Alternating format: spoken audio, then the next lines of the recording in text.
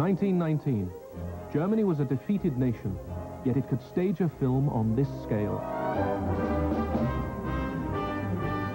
The beginning of an astonishing decade of filmmaking. Ernst Lubitsch's epic was a brilliant reconstruction of the French Revolution. It was also a mirror of its time, for Germany itself was in revolution.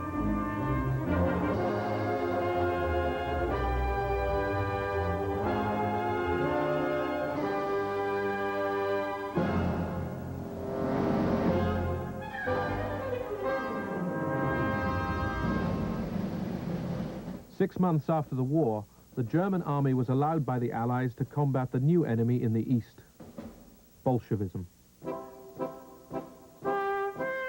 Yet Bolshevism had already spread to Germany. In 1918, German soldiers marched beneath the red flag. The revolutionaries claimed to have toppled the Kaiser and brought peace to Europe, but the conflict brought war to the streets of Berlin.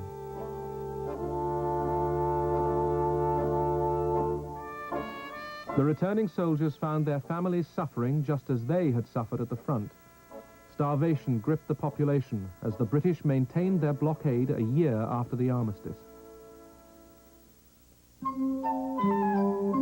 None of this was reflected in the cinema.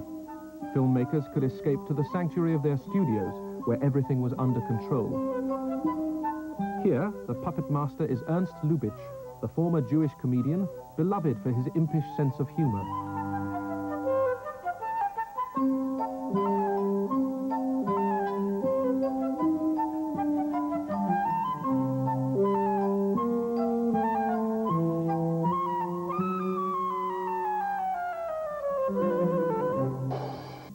The studios were still simple glass houses, illuminated mostly by daylight. Daylight was the main source, even when artificial lights were used, for electricity was rationed. Military searchlights were commandeered to light big sets. The studios were still small. This is Dekla Bioscope, which would soon be absorbed into Ufa, a studio city at Neubabelsberg outside Berlin. Cinemas proliferated until there seemed to be one on every street. The German industry flourished, for there was an embargo on American films until 1921.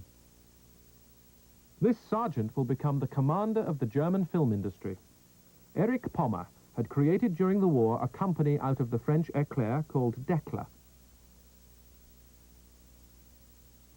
Soon it will be absorbed into Ufa, and Pommer will become head of production.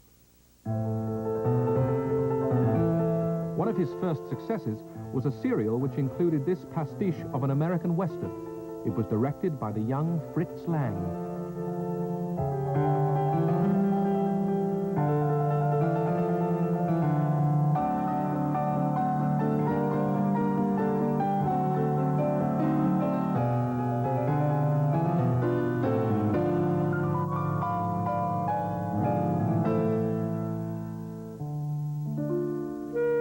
In the New Republic, censorship was relaxed. A series of Enlightenment films appeared. Nudity seemed inseparable from stories of prostitution and drug addiction.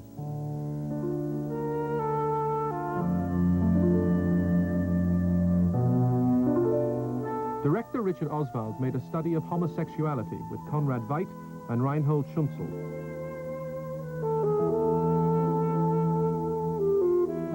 After 18 months, censorship was reimposed. Germany was gripped by fear of the future, the value of money plummeting as the cost of living soared. The unemployed were fed from the field kitchens that had fed so many of them at the front, and many of them had to give up everything. Only cinema could fulfill their wildest dreams. Here, Lubitsch pays tribute to the appetite of the English monarch Henry VIII, played by Emil Jannings. Lubitsch was now seen as one of the top directors in Europe. He staged historical dramas on a scale which amazed and alarmed Hollywood. They knew that extras could be had cheaply by drawing on the army of the unemployed. But who was this man who could bring history to life as no other director but D.W. Griffith?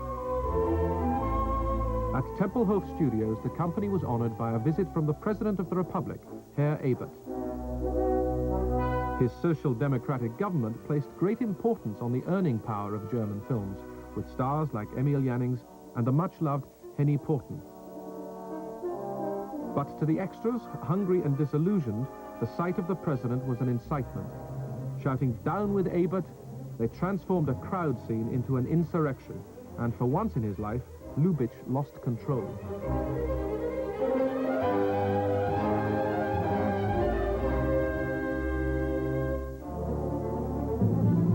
The political and social upheavals Germany had suffered after the war had affected every part of society. Art itself was in revolt. Artists expressed disgust and fury with their society, and seeing the excitement it evoked, a group of film designers had adopted a similar style for themselves. Expressionism. There was nothing new in Expressionism in the art world, but for the cinema, it was revolutionary. It demanded unrealistic expressions of emotion, not only from the distorted scenery, but also from the actors. Werner Krauss played Dr. Caligari. The film caused a sensation wherever it was shown. In New York, critics raved, while Los Angeles feared a German invasion and staged demonstrations against it. If this is art, they said, it's degenerate. The unconventional approach was encouraged by producer Erich Pommer. We could not rival Hollywood, he said later. We had to do something of our own. Since he had come from making comedies, director Robert Wiener wasn't at all sure about this peculiar design. He'd sleep on it.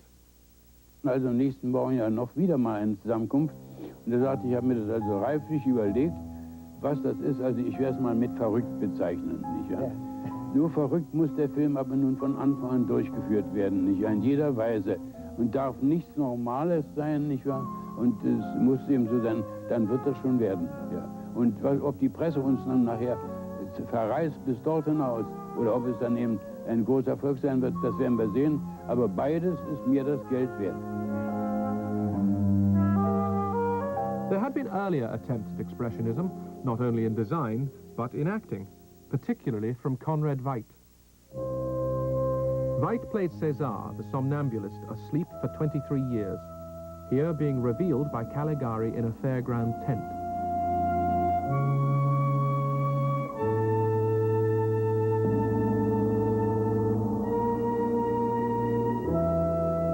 The acting and design were so startling that film people argued over the contribution of the director. The controversy about Caligari was that the director did nothing to the quality of the film. It was the three art directors, Rohrig, Warm, and Reimann, did everything. And that the director did nothing to it. Now I say that the director was a great director, the way how he integrated his actors into the sets.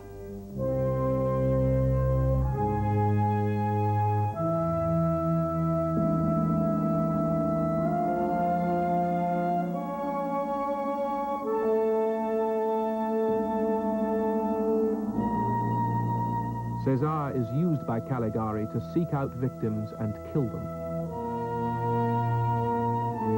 The victim is Lil Dagova.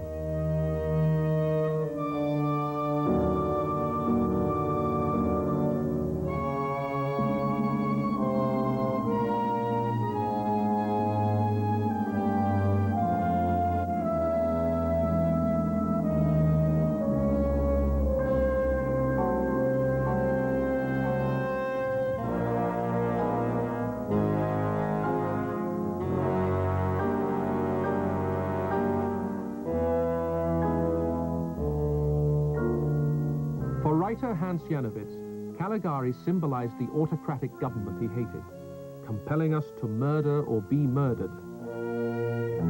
For co-author Karl Mayer, Caligari was inspired by his military psychiatrist, with whom he had battled to stay out of the army.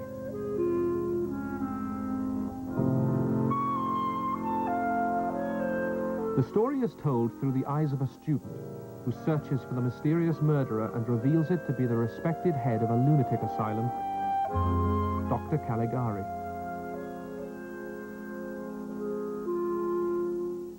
Authority is overthrown.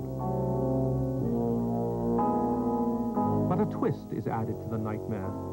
The madman is not Caligari, but the storyteller himself.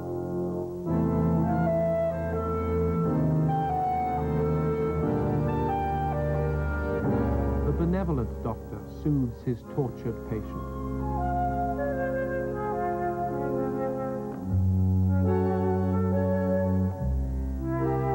Whatever subversive intentions the writers may have had are themselves subverted.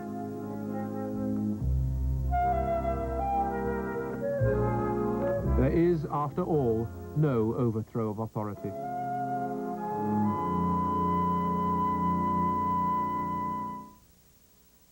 Estamos apresentando Parte.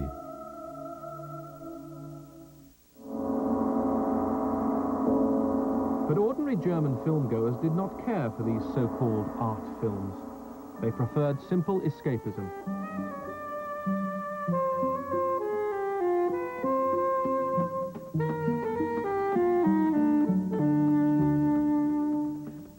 Adventure in foreign lands was far more popular, like this serial.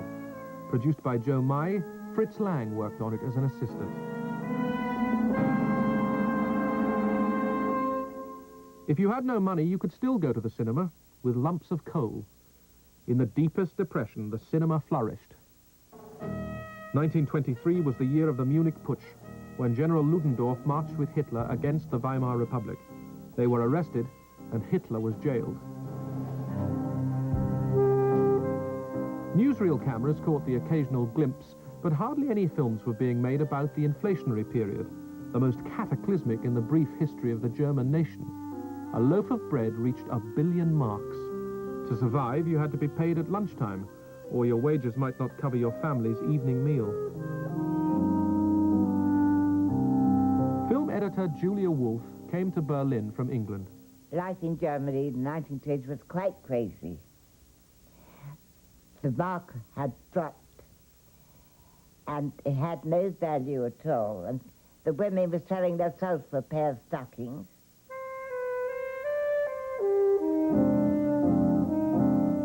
War profiteers and stock market gamblers had never known such wealth.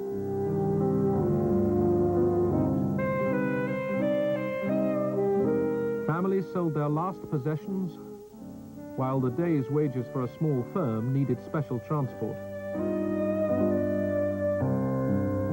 A defeated Germany was now utterly humiliated.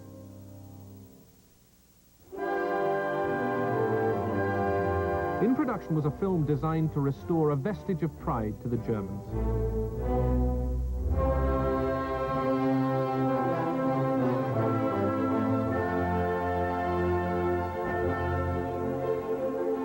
The film was dedicated to the German people.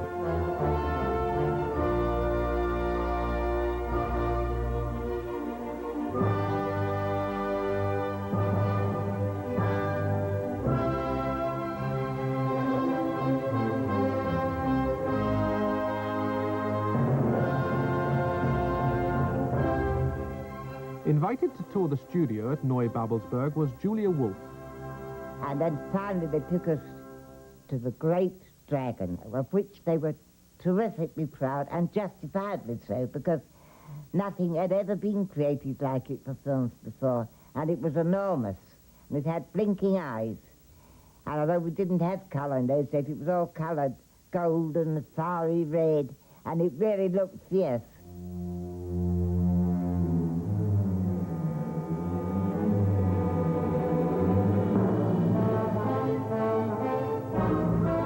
The designer of the dragon was Karl Vollbrecht, and Eric Kettelhut was an art director. Und der Drache, der 16 Meter war, wie es ungefähr lang, und wurde bedient eigentlich von unterhalb. Er kam doch einen schrägen Weg abwärts runter. Da waren unten so 6, 8 Mann, die den Drachen auf einer Schiene schoben, und der Drache thronte eigentlich auf einem oder auf 2 Eisengeschichten.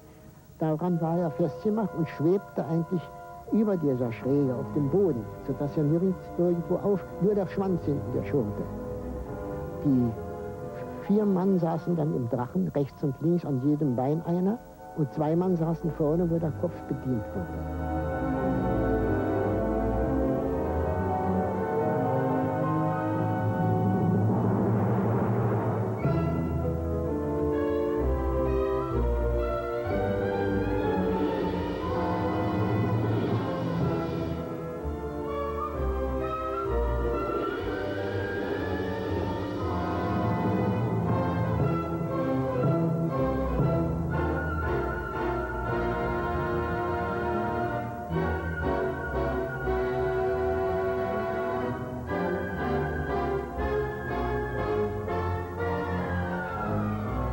Siegfried bathes in the dragon's blood.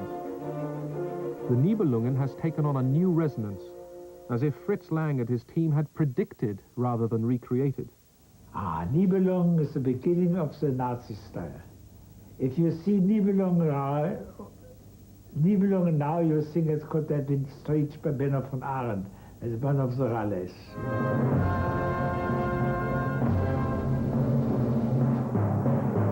It was said of these well-drilled German extras that their directors owed much to their military training. Fritz Lang had been an officer in the Austrian army himself, and as a director was a martinet, although he worked quietly and never shouted. Lang was an artist, a painter trained as an architect, and he had a remarkable eye.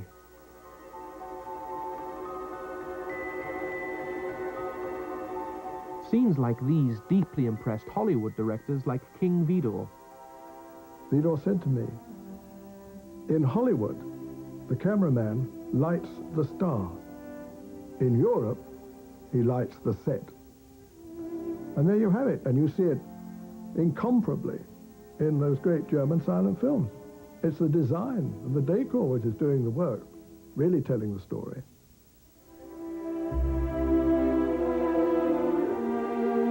At Neubabelsberg was built a primeval forest, ancient trees made from plaster which could be transformed by light to evoke the dim and distant past.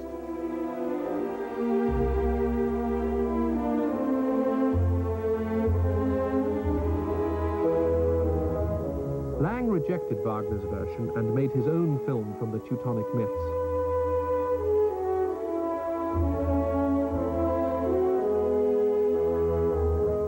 Divided into 2 parts, the film lasted more than 4 hours. The fact that the German films were slow-moving, I cannot recall, worried me in the least, because one could feast one's eyes on the design, which possibly one was supposed to do.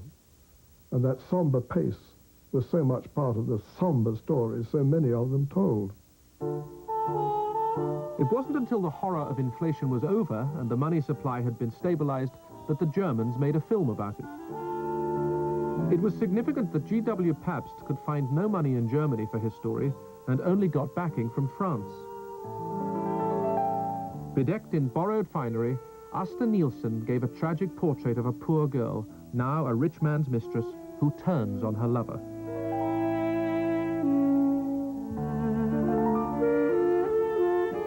Nielsen was a goddess on her way down. In the same film was a goddess on her way up. Greta Garbo from Sweden. Garbo played a middle-class girl driven to prostitution.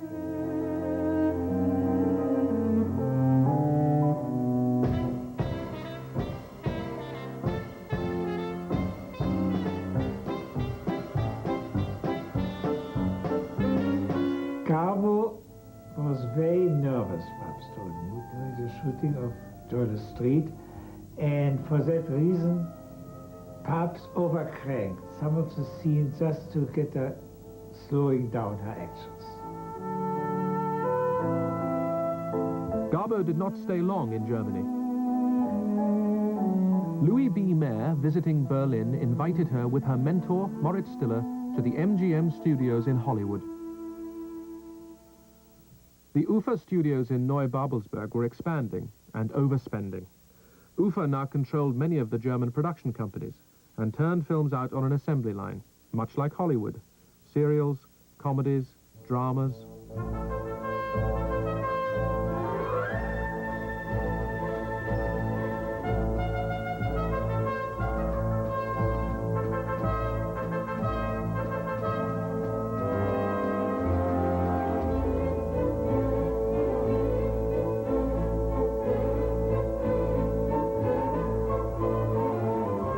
The old Zeppelin hangar at Starken was used as a studio outside Ufa. Here, sets could be built to a height of 80 feet. The simple days of a glass roof and a camera are gone for good. This studio is equipped as well as any in Hollywood. It even had tram rails laid for street scenes. Handling all this equipment, as well as vast crowds of extras, required a smooth and efficient production machine. L'Allemagne a une supériorité sur les Français. C'est une obéissance absolue, sans contestation. Il n'y avait pas de contestation. Quand on avait décidé que ce serait ça, c'était pas autre chose.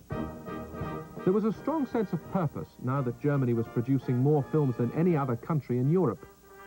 But things could still go wrong, as parodied in this film about an assembly cutter who has to get a print ready by 6 o'clock for an important premiere of a film starring Lil Dagova.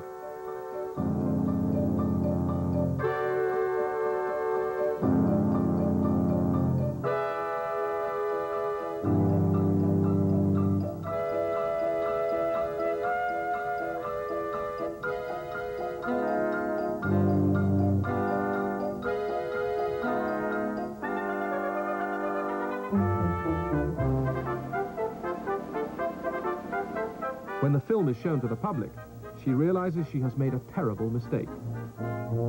Lil Dagova has breakfast.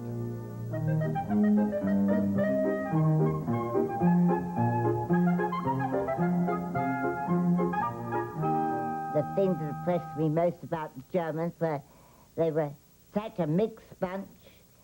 They weren't keen on politics, they weren't keen on anything except films. Estamos apresentando Arte.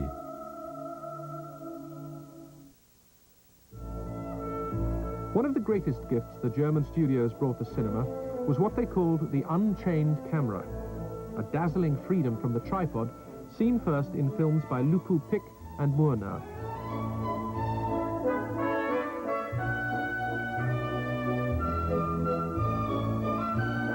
They constantly looked for new ways to extend the power of the camera. A man's sensation of being crushed and pursued by his surroundings was brilliantly achieved by the use of double exposure and mobile sets.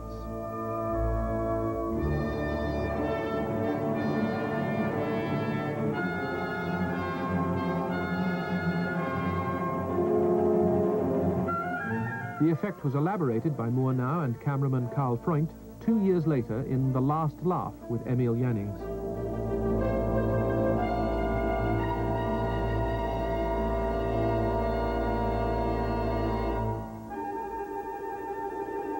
This was the film that showed the world in 1924 that the camera had no limitations. Producer Erich Pommer had said, "Try to invent something mad." Pushing the camera across the lobby on a bicycle seemed mad enough at the time. Mounting it on Karl Freund's ample stomach attached to the electricity supply seemed positively hazardous, but they went further. This model demonstrates how they zoomed before the invention of the zoom lens, suspending the camera like a cable car.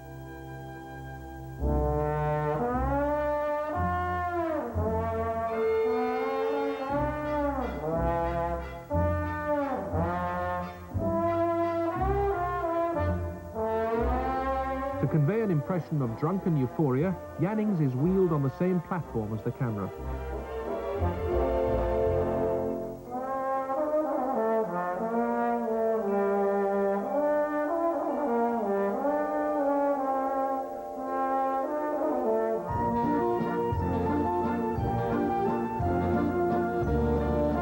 Jannings starred in an even more adventurous film the following year, set in a circus and involving camera work by Karl Freund, which brought yet more admiration to German filmmakers.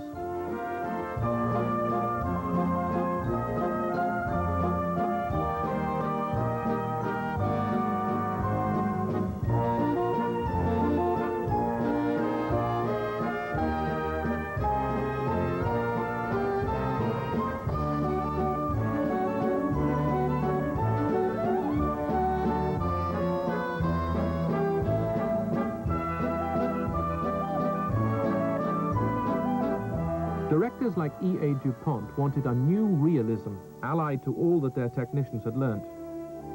Jannings and Lea Deputy played their roles much more naturalistically than in the Expressionist days.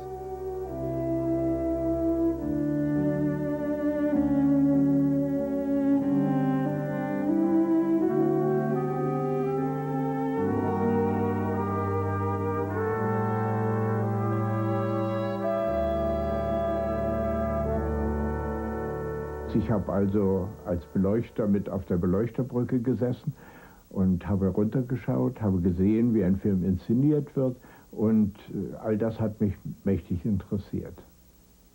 When the studio cleared for lunch, the electricians ate their sandwiches in the gantries.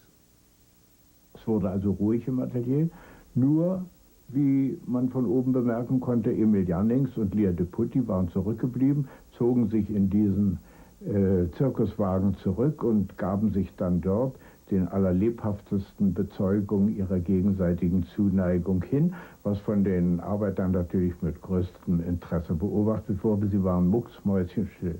Und als das nur alles den Höhepunkt überschritten hatte, brachen sie in einen riesigen Beifall aus, und die beiden lachten nach oben, und es hat ihnen auch nichts Besonderes ausgemacht, denn diese Lea Deputy war ein außerordentlich fideles Huhn. Such was the prestige of German technicians that the top American cameraman, Charles Rocher, came to Berlin.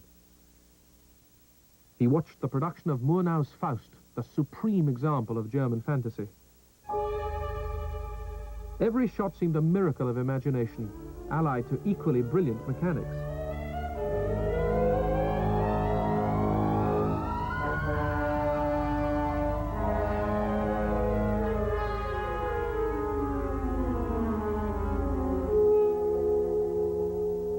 The design was derived from old engravings rather than Expressionism, and the flight sequence required a whole stage at Tempelhof Studios.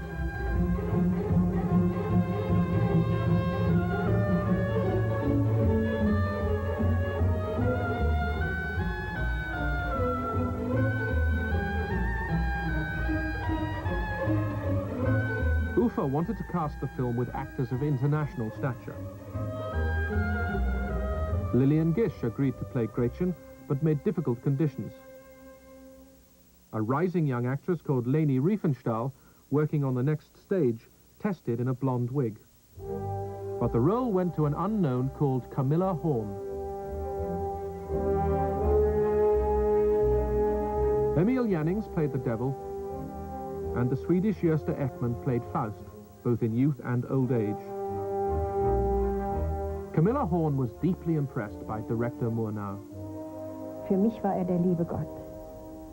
Ich habe nur zu ihm aufgeschaut. Und ich tat alles, was ich ihm von den Augen ablesen konnte. Denn ich wusste, dass mich mochte, sehr mochte. Aber war eher streng zu mir, war sehr streng. Im Gegenteil, man hat mich zum Beispiel durch das ganze Atelier, durch den Schnee geschleift, an diesen Eisenketten, als er mich zum Scheiterhaufen brachte. Und da war natürlich, also ich musste Widerstand leisten und hatte nackte Beine unter meinem Büßergewand.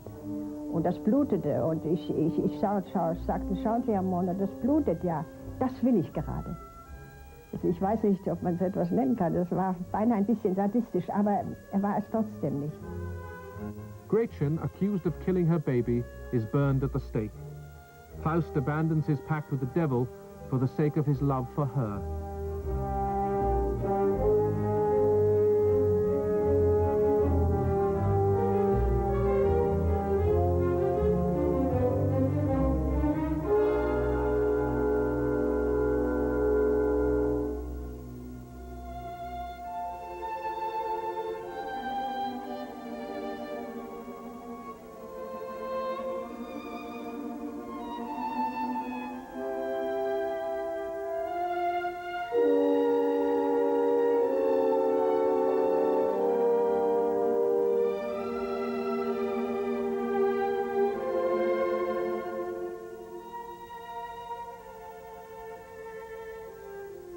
Faust was the last German film to be made by Murnau. He left for the United States, yet another major director to be lost to Hollywood.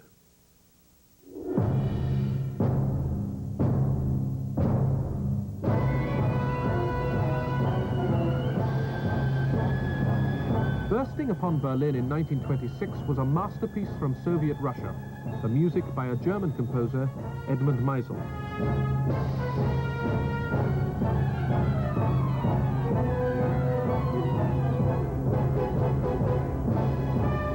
It was a huge popular success and, to filmmakers, a revelation. Ja, da war alles besonders. Es hat niemals ähnliche Einstellungen gegeben wie in diesem Film, diese dramatische Einstellung. Das heißt, es waren keine stehenden, leblosen Bilder. Und dann war bei diesem Film auffallend, was es vorher überhaupt nicht in der Form gegeben hat, der Schnitt.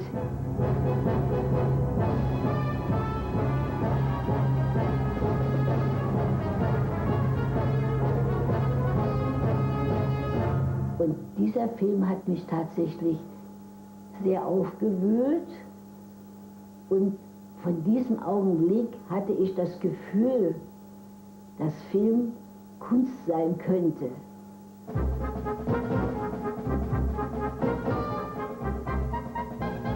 One of those inspired was Walter Ruttmann, who brought a new energy to German films.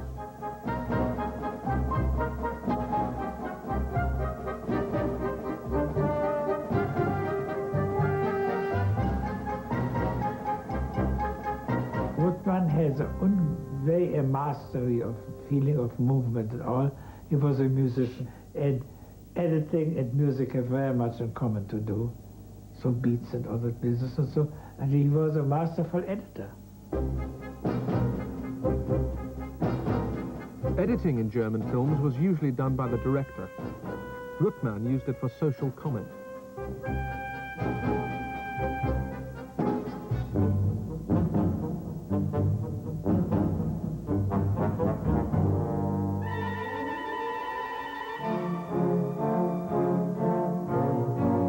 Fritz Lang made social comment through a monumental vision of the future, written by his wife, Thea von Harbu, in which the working class is kept literally underground and out of sight.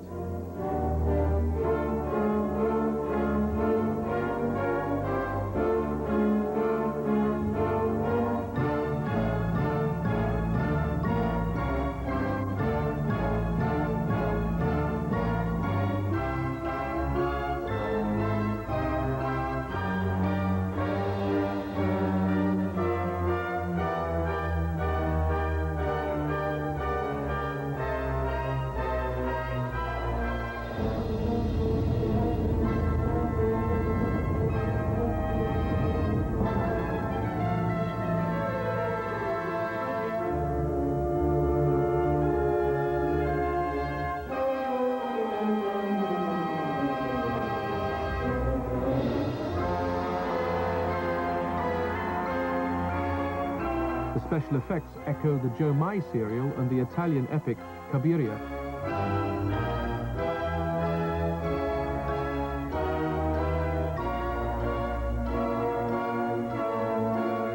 Massive sets were made still more massive by the ingenious Schuftan process.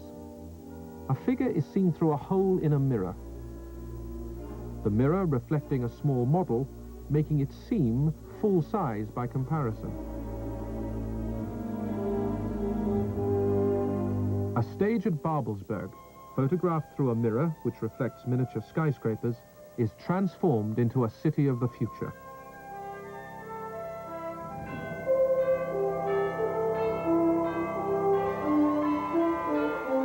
These shots took 18 technicians nearly 4 weeks to achieve, the road and air traffic being animated a frame at a time like a cartoon.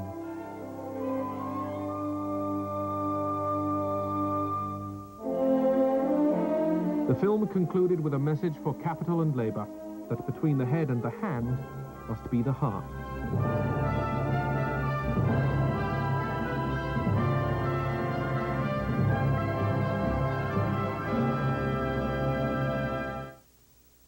Estamos apresentando Arte. Ufa had been in trouble before Metropolis. Paramount, MGM, and Universal raced each other to Berlin. In return for a massive loan, they seized control of distribution. Ufa's distribution company was now also controlled by Paramount and Metro-Goldwyn-Mayer, Parufamet. Bomber, who hadn't been happy with the deal, was forced to resign. He went to Hollywood. Metropolis had gone way over budget. The stronger mark made the films harder to sell abroad. When the film came out, it proved a financial disaster for Ufer, which threatened to bring down the entire German film industry.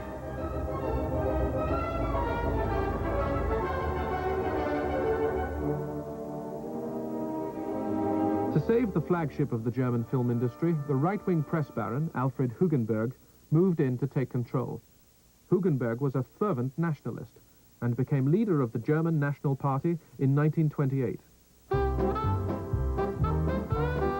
He wanted to be the bulwark against the onrush of American films, but it was too late. 80% of the screen time of German cinemas was dominated by Hollywood.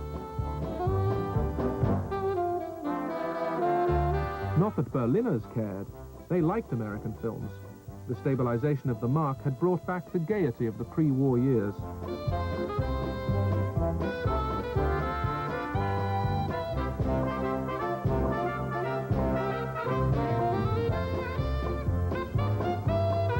There was another side to Berlin, mirrored in the social dramas of Gerhard Lamprecht, dealing with poverty and unemployment. Lamprecht was a maverick, not part of Expressionism or any other style, and unjustly overlooked by film history.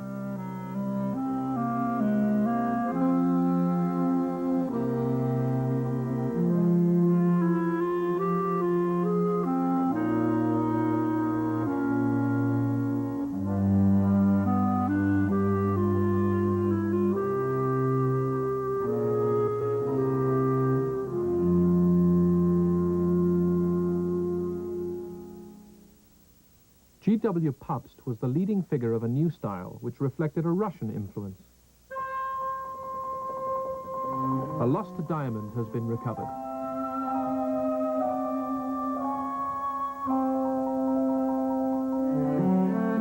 A private detective reflects on the money he will make out of this stroke of luck. Having telephoned the owner, his greed overwhelms him. He imagines himself receiving the $50,000 reward.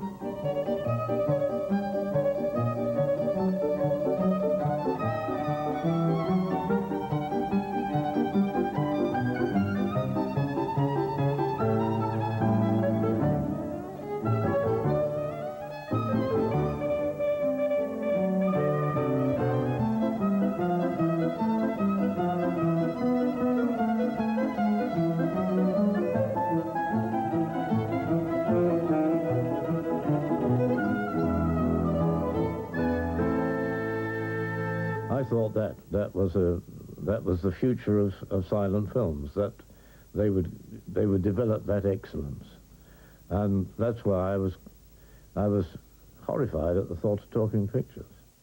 Talking pictures had already arrived in America, but with the huge costs involved, Europe was holding back. Some of the finest German silence would be made in the next 2 years.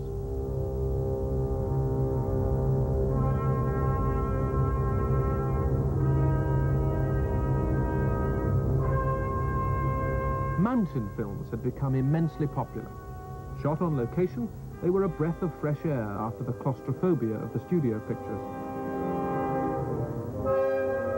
The star of most of these films was Leni Riefenstahl.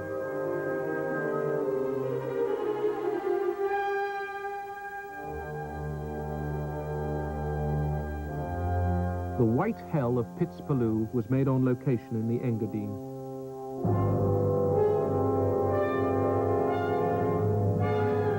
The actors had to do their own stunts and sometimes paid the price, as here, with a vicious crack on the head. Trapped high on a mountain, the girl's husband is badly injured. The company worked on the Mortarach Glacier, with temperatures often 30 degrees below freezing. The mountain films had been pioneered by Dr. Arnold Fanck, with whom Leni Riefenstahl had been working for some years. Fanck was persuaded by Riefenstahl to work with G.W. Pabst because she felt the film needed more human emotion. Riefenstahl responded to Pabst's direction, but felt that Fanck took unnecessary risks. Und denken Sie, stellt euch vor, ich bin ungefähr 5 Meter hochgezogen, hat doch der Fang, ich muss sagen, dieser Kerl, damals war ich wütend auf ihn, durch eine vorbereitete Sprengung mit Dynamit eine ganze Eislawine auf mich runterstürzen lassen. Ich bin fast verrückt geworden, denn der Staub ging mir in die Nase, in die Ohren rein. Und nicht nur das, ich habe geschrien, aufhören, aufhören, ich halte das nicht mehr aus. Und dann haben die aber darauf gar nicht gehört. Die haben mich einfach weitergezogen bis zur Kante und über die Eiskante, sodass ich also mindestens 2 Wochen blaue und grüne Flecke am Körper hatte. Ich hätte ihn damals umbringen können, Frank, so wütend war ich.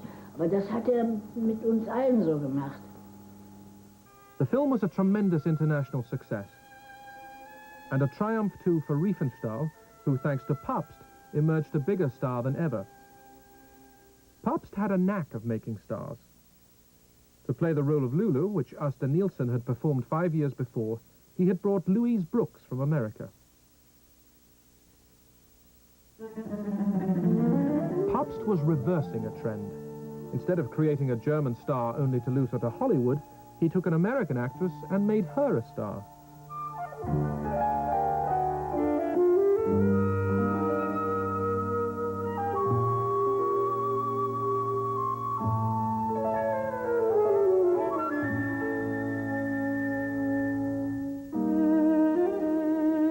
Papst saw in Louise Brooks an erotic quality which Hollywood had barely exploited. Sex was a theme that in American and English films could only be treated very superficially.